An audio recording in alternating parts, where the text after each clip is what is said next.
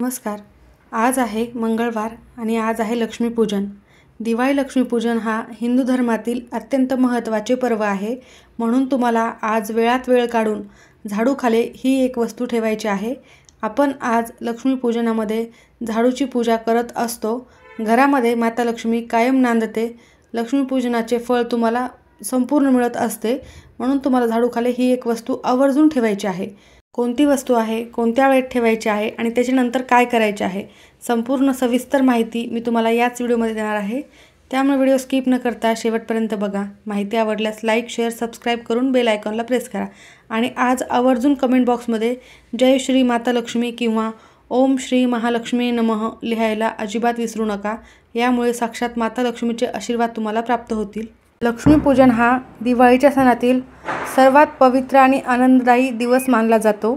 या दिवशी घराघरामध्ये माता लक्ष्मी, भगवान विष्णू, गणपती बाप्पा यांची पूजा केली जाते.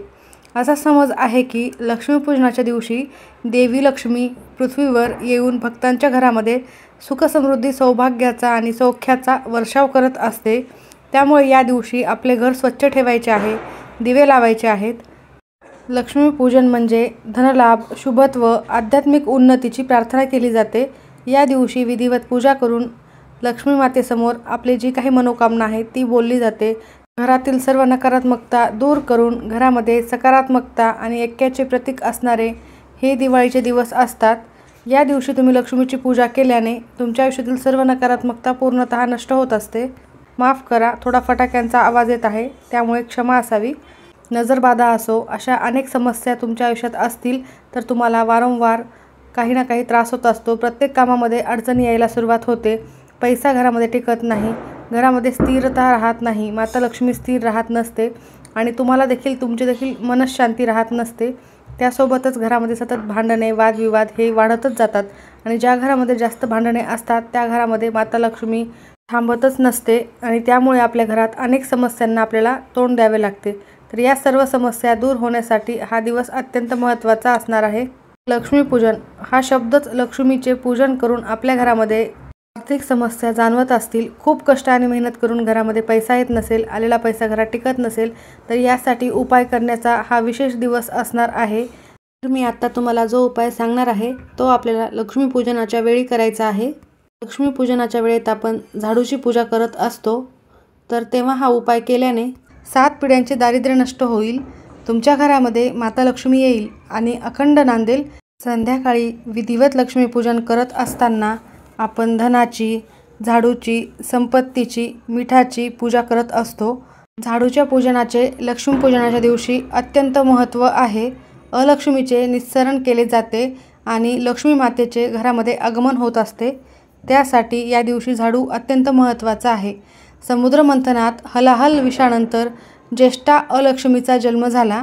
तर क्रोध, ढोंगीपणा आणि वासना, असत्य, अस्वच्छता, भ्रष्टाचार, अज्ञान याची देवता होती. म्हणजेच ही अलक्ष्मी आपल्या घरामध्ये राहू नये, या प्रकारे कोणत्याही गोष्टी आपल्या घरामध्ये असू नये, यासाठी आपल्याला हा एक उपाय आवर्जून करायचा आहे.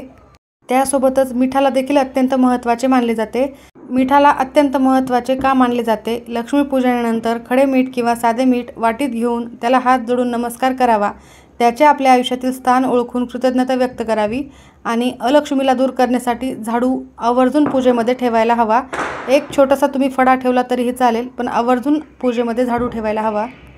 लक्ष्मीपूजनाच्या दिवशी झाडू हा अत्यंत महत्त्वाचा असून ते लक्ष्मीचे प्रतीक मानले जाते, जे घरातून अस्वच्छता, दरिद्रता पूर्णतः दूर करत असते.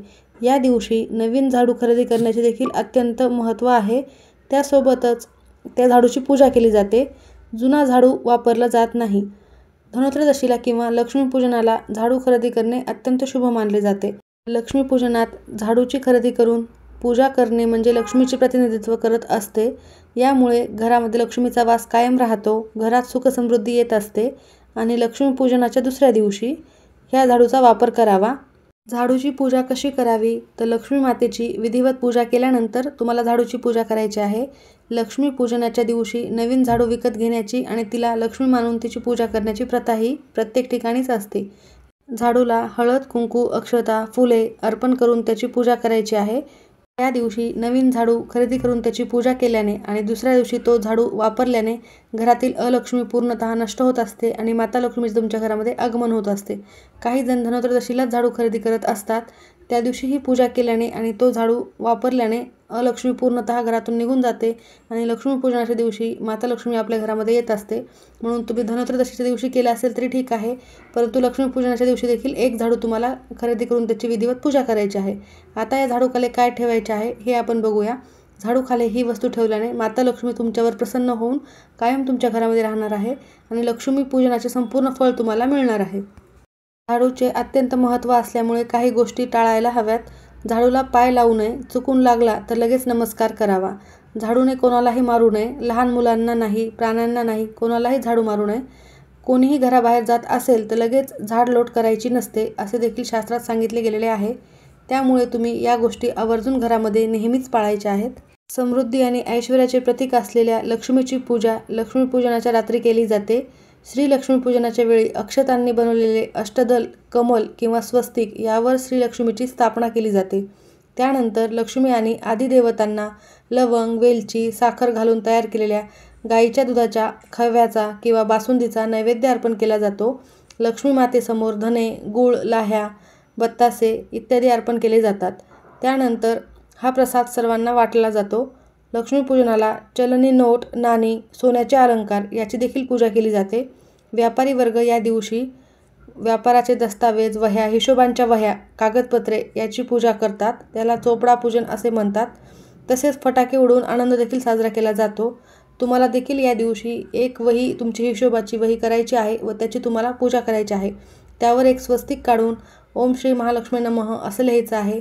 5 त्याला टिंब द्यायचे आहेत. त्यानंतर त्या वहीची देखील तुम्हाला पूजा करायची आहे. तर संध्याकाळी तुम्ही लक्ष्मीपूजन करणार आहात त्यावेळेला तुम्हाला सर्व तयारी करून ठेवायची आहे. त्याच्या साईडला एक छोटंसं झाडू ठेवायचं आहे. तर झाडू ठेवण्याआधी त्याखाली तुम्हाला एक स्वस्तिक आवर्जून काढायचे आहे.